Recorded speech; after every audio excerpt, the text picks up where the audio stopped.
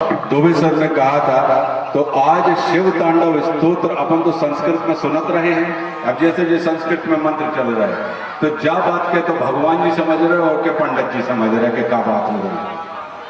ठीक मनो जिनके लाने जब पूजा हो रही है उनकी समझ में नहीं आ रही कि कौन भाषा में कौन सी बातें चल रही हैं, क्योंकि भाषा का विरोध हमारे और आपके पास। तो शिव तांडव स्तोत्र जो संस्कृत में देवादिदेव महादेव रावण के परम देवादिदेव महादेव के परम भक्त रावण ने लिखा था संस्कृत में। अगर आपको सबको ने सुना ही होगा कि जटा कवि गलत जला प्रवाह स्थले गले वलम वलम विदाम भुजंग तुंग मालिकाम, उसमें सौंदर्य है उनका।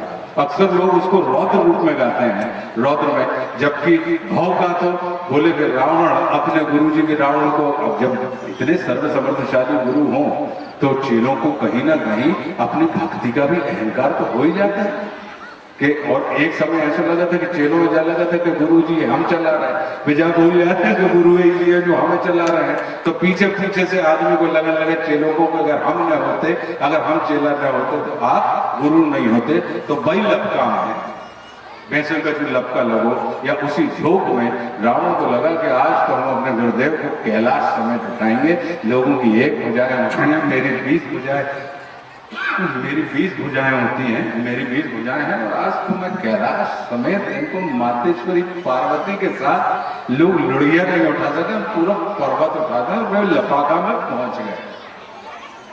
मातेश्वरी पार्वती और देवादिदेव महादेव दोनों बैठे थे, और मातेश अच्छा माँ जो होती है वो अपने बच्चे के मन की बात को तुरंत समझ जाती है। माँ से माँ कुछ समझे इसके लिए बच्चे को बोलने की जरूरत नहीं होती, और पिता को अगर कुछ समझाना हो तो इसके लिए बच्चों को सन्नाटे नहीं शब्दों का सहारा लेना पड़ता है। तो मातेश्वरी जगत जननी समझ में कि जब मामला क्या है, रावण अपने इस, क्योंकि अहंकार कई किस्म का होता है। धन के अहंकार का भी निदान है, पद के अहंकार का भी निदान है, लेकिन भक्ति से उत्पन्न होने वाले यानी धर्म से उत्पन्न होने वाले अहंकार का निदान बहुत मुश्किल है।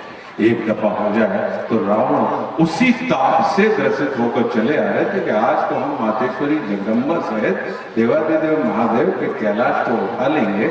और जब उठाने की बात आई और उन्होंने जैसे ही मातेश्वरी पार्वती ने कहा कि देखिए रावण इस मद में चले आ रहे हैं कि वो अब इतनी चेष्टा करना चाहते हैं कि आपके आसन यानी कैलाश को अब वो उठा के संसार को ये दिखाना चाहता है कि अब हमने, गुरु ने हमें नहीं उठाया, हमने ही गुरु को उठाया हुआ है। तो आपको इसकी, इस बात की, इस चेष्टा की, इस कुचेष्टा को आपको ध्यान रखना चाहिए। अगर आपने इसे कभी नहीं रोका तो फिर आप इसे कभी नहीं रोक पाएंगे। तो रावण जैसे ही आए और उन्होंने अपनी भुजाओं को कैलाश की जड़ में लगाने का प्रयास किया और उठाया, और महादेव ने बैठे बैठे से अपना अंगूठे कर लक्ष्य कैसे अपन दर्द है अंगूठा, तो अंगूठे का दबाव रखा और रावण के दोनों हाथ, बीचों हाथ उसके नीचे, और वो तड़पने लगा। और उस तक ये बात पहुंच गई कि नहीं, ये कुचेष्टा और ये अनाधिकृत चेष्टा है, वो मुझे नहीं करनी चाहिए। तो अब मैं मान जाए, गुरुजी मान जाए, हमारे भगवान मान जाए, तो मान है कैसे, चिरोरी करने पड़ जाए उनके रूप की, उनके सौंदर्य की। तो रावण ने उस समय शिव तांडव स्तोत्र का, कि जहां पर रावण पूरे भावाभिभूत होकर शिव तांडव स्तोत्र में उनके सौंदर्य का, उनके रूप का, उनकी कलाओं का, इन तमाम चीजों का संस्कृत निष्ठ तरीके से और एक निश्चित लहर में वर्णन कर रहे हैं। तो वो जो शिव तांडव स्तोत्र था उसका सरल हिंदी में भावानुवाद कि वो क्या बात थी, उसको हम अपना, हमारा एक छोटा सा YouTube चैनल है जिसको आज महाशिवरात्रि के पर्व पर हमने लॉन्च किया है, उसका नाम है पंचतंत्र 1। तो अगर समय मिले तो लगा लेंगे। वैसे तो मुझको डाटा माटा खर्चा करते रहे, तो अब न हो तो आज शिवरात्रि है, जैसे जैसे मंगल वेला करीब आती जा रही है तो उस मांगलिक स्तुति को अवश्य सुनना, क्योंकि हमारे मन में एक इच्छा थी कि इस भारतवर्ष के प्रत्येक कंठ में और प्रत्येक कान में देवादिदेव की ये मांगलिक स्तुति अगर आज के दिन पहुंच जाए तो मुझे लगता है कि इससे बड़ा आनंद का विषय कुछ और नहीं होगा। तो वो आप निश्चित रूप से सुनना।